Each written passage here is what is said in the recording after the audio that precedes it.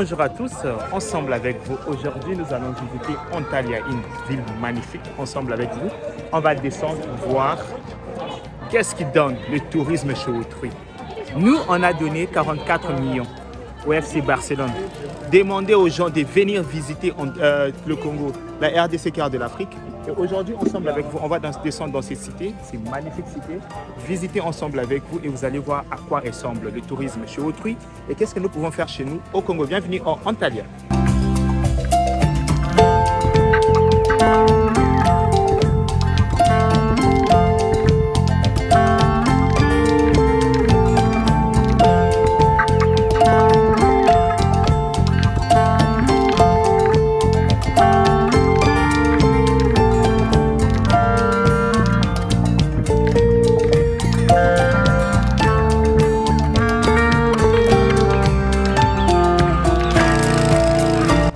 Donc, en regardant l'architecture, vous allez comprendre que c'est quelque chose qui date de longtemps. Vous comprenez? Il y a beaucoup de touristes qui arrivent et il y a des gens qui expliquent. Juste avec ça, ils gagnent des millions. Parce qu'il y a des touristes qui arrivent et nous entrons dans la cité. Là, vous voyez, il y a un guide qui explique. Donc, ceux qui n'ont pas commis à niveau, il y a aussi des locaux. Ba guide ba jeune na biso pe ba koya ba obanda ko guider bato ba gagnera pe moi 10 francs 20 francs. Donc vous comprenez, Aza ko expliquer, guide Aza ko expliquer. Vous pouvez voir.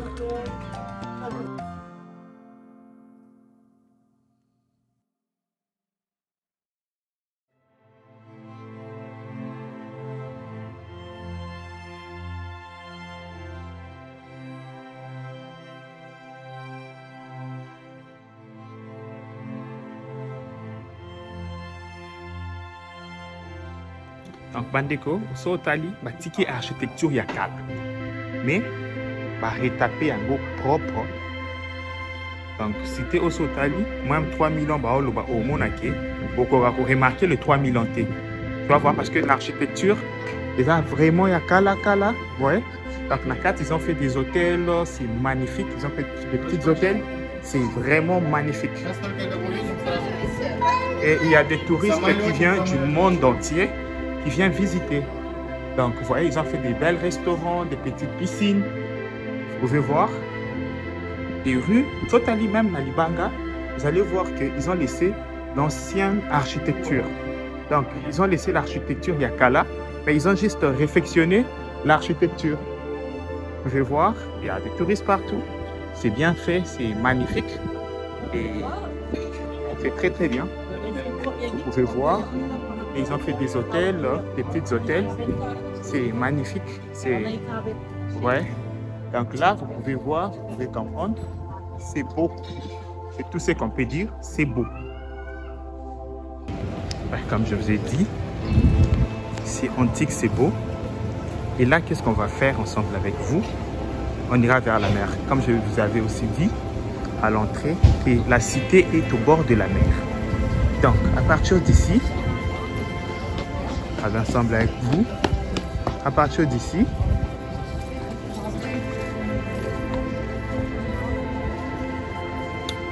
vous avez ces magnifiques vues de la mer et c'est antique, hein, je vous dis, c'est vraiment antique. Il y a plein de touristes qui arrivent, c'est magnifique. Donc, ils ont aménagé cet endroit, les gens vont commencer à descendre par là. Si vous remarquez, il y a la mer, c'est beau. Pourquoi je fais ces vidéos? C'est juste quelque chose que je vais vraiment m'adresser à notre ministère du Tourisme. C'est bien de donner 44 millions au FC Barcelone. Visite RDC quart de l'Afrique, c'est une bonne chose, personne ne peut refuser. C'est l'image positive de notre pays que nous allons vendre. Mais en Turquie, ils ont pu faire d'abord quelque chose avant d'appeler les gens à venir visiter. La première chose à faire, c'est quoi? C'est d'aménager les endroits, d'arranger, de mettre la propriété, les gens viendront d'eux-mêmes. Parce que quand on donne 44 millions pour, soi-disant, laver l'image de la République démocratique du Congo, mais quand les gens arrivent, il n'y a pas de bels endroits pareils. Qu'est-ce que les gens peuvent venir visiter au Congo en ces moments? Dites-moi. Même l'échangeur délimité n'est pas en bon état, où les gens peuvent venir, ok, monument et tout, comment c'est aménagé. Non. Je pense que la première chose à faire, nous avons Mwanda, nous avons la rivière Njili. Nous pouvons aménager comme ça. Ce n'est pas de la magie, ce sont des investissements à long terme. Parce qu'à long terme, les gens vont gagner beaucoup d'argent avec. Et les particuliers aussi. Les gens se trompent de fois en disant que la République démocratique du Congo, c'est un pays riche. C'est faux. Le Congo n'est pas riche. Le Congo est pauvre. Pourquoi je dis que le Congo est pauvre?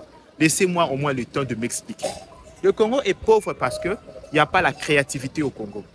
Les gens ne veulent pas investir. Même les gens qui sont riches, les riches, ne veulent pas prendre de risques au Congo. Pourquoi? Parce que c'est un système. Les gens qui dirigent le Congo, les investisseurs au Congo, les gens qui ont de l'argent au Congo préfèrent garder leur argent au froid qu'investir. Parce que dans le domaine touristique, ce sont les privés qui investissent, mais avec l'appui de l'État. L'État met les cadres. Vous voyez, l'État va mettre le cadre et les privés vont investir. Investissez dans le tourisme.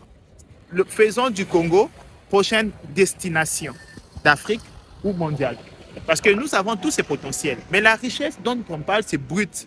Vous voyez, cette richesse-là ne compte pas. Parce que si on vous donne aujourd'hui du coltan en main comme ça, qu'est-ce que vous allez faire avec? Si on vous donne du cobalt, si on vous donne de l'or. Mais si vous n'arrivez pas à transformer toutes ces richesses-là en matières précieuses, c'est ça le vrai problème. Vous serez toujours pauvre. C'est pourquoi je vous dis que personne ne vous trompe que le Congo est riche. Non. Le Congo est pauvre parce que les Congolais ne savent pas transformer leurs ressources naturelles en richesse. C'est ça le vrai problème.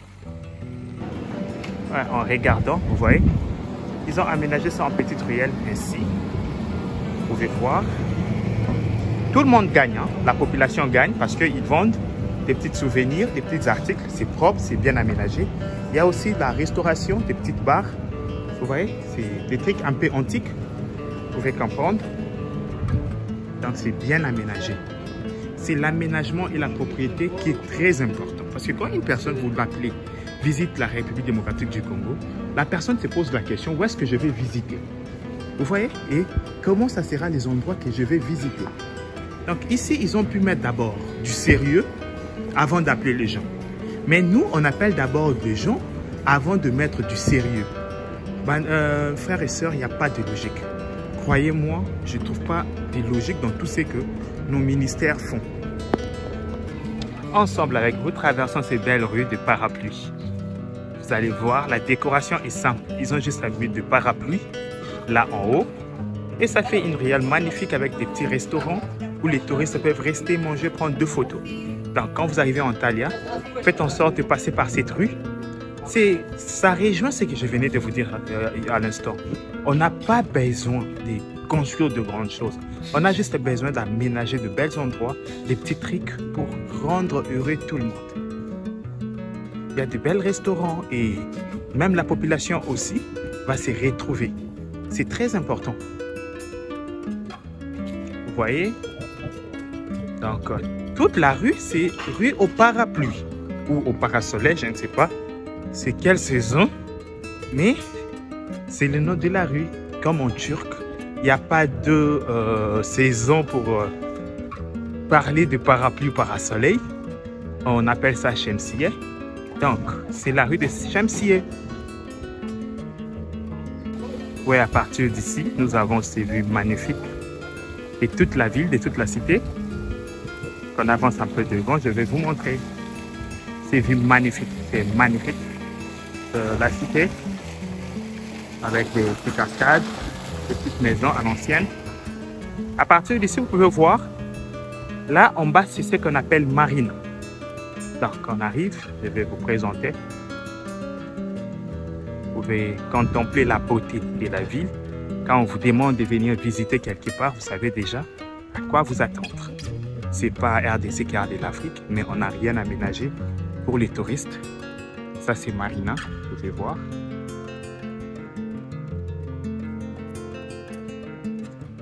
Ici, ça fait peur parce que le vitre peut se briser à tout.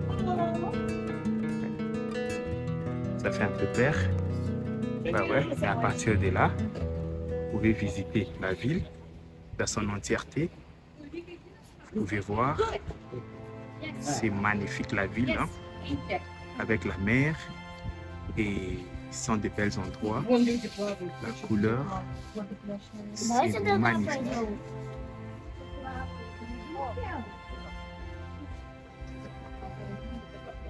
Donc, nous aussi, on en profite parce que vous viendrez aussi un jour en profiter.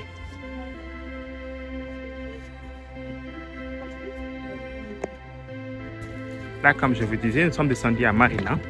Nous allons visiter la Marina ensemble avec vous. Nous sommes là tout près du Marina. On descend. Vous allez voir comment c'est magnifique. Il y a deux bateaux où les gens peuvent faire des tours avec. Il y a de multitudes de touristes. Et là, à partir de là, vous avez déjà ce vue magnifique de Marina. Donc, si vous avez beaucoup d'argent, vous pouvez louer des yachts pour faire des tours. Mais nous, on préfère prendre le bateau en commun. À partir de là, vous pouvez voir, il y a le bleu turquoise. Il y a les gens qui se baignent là-bas. Avec l'eau est vraiment du bleu turquoise. Donc, vous comprenez, c'est magnifique. Là, j'étais en haut. Vous pouvez voir la ville, comment a été fortifiée. Je vais encore vous parler de cette ville. C'est très important. À partir d'ici, nous commençons l'histoire de la ville. Vous pouvez voir que ça, c'était vraiment un grand forteresse. Vous pouvez comprendre comment c'est fortifié. Le mur, c'est le style un peu grec. Vous voyez? Grec ou romain. Donc, en regardant, c'est propre, c'est beau. Donc, à l'époque, dans l'Antiquité, il y avait la mer ici. Vous voyez, il y avait la mer, c'est que vous voyez, c'est la mer. Et eux, la ville avait fait ses forteresses. Donc, quand vous arrivez, vous pouvez voir d'en haut, et ils pouvaient déjà vous voir et vous attaquer peut-être par flèche ou par n'importe quel moyen. Donc, il n'y avait pas moyen de percer cet endroit. Il y a la mer et il y a la fortification. Et aujourd'hui, ils ont gardé ces côtés antiques, mais ils l'ont juste amélioré.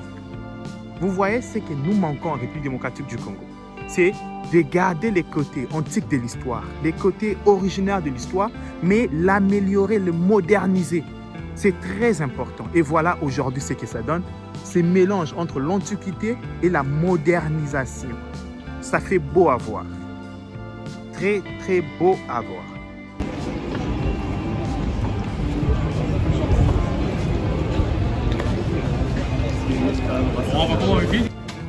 Je pense que dans des films ou dans des séries, vous avez déjà vu cette ice cream turc. C'est traditionnel, ils font des mouvements avant de les donner. Je pense qu'ensemble avec vous, on va lui poser quelques questions. Yeah, I will buy. Give me just 1 minute. Ok, c'est très bon. Ok, je suis avec le gars. Ils vont le turc qui fait des mouvements. Je vais lui poser des questions pour qu'il me réponde.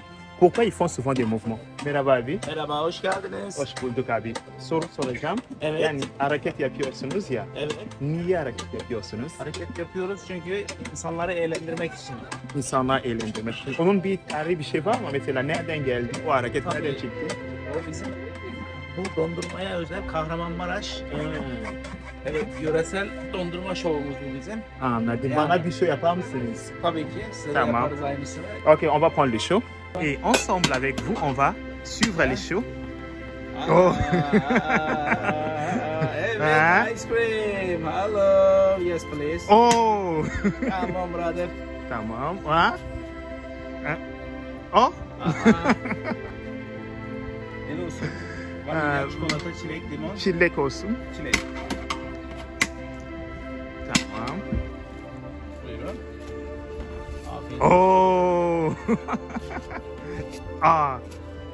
Oh. Evet abi.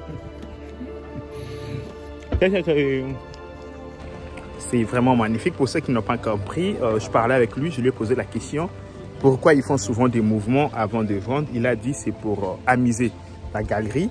Et après, je lui ai posé la question si ça avait l'origine particulière. Il m'a dit oui, parce qu'il y a une ville ici, ça s'appelle Kahramanmaraş. Ça vient de Maraş et c'est comme ça qu'ils se comportent là-bas. Quand ils vendent souvent en sa maison. À partir d'ici, vous avez ces vues magnifiques. Avec les bruits de la Turquie, il y a des mosquées partout. C'est très important parce qu'en Turquie, il y a des mosquées partout. Donc, à partir d'ici, vous avez ces vues. C'est magnifique. C'est pour vos photos amoureuses, pour ceux qui veulent faire du fric. C'est très, très, très magnifique. Vous pouvez voir. À partir de là, on a ces vues de toute la cité, tu vois. Ça s'appelle Old Town. Vous savez, c'est magnifique, perfect. Là, je venais carrément de prendre cet ascenseur. Comme je vous disais, il y a la police partout. C'est très sécurisé. C'est vraiment une belle ville. Il y a la sécurité partout. Les gens se promènent librement. Vous ne pouvez pas jeter quelque chose par terre. Il n'y a pas d'amende. Hein. C'est juste à la culture. Vous voyez? Et les gens savent faire leur travail. Vous comprenez? Le matin, tout le monde se réveille, il sait faire son travail. Pourquoi faire son travail? C'est très important.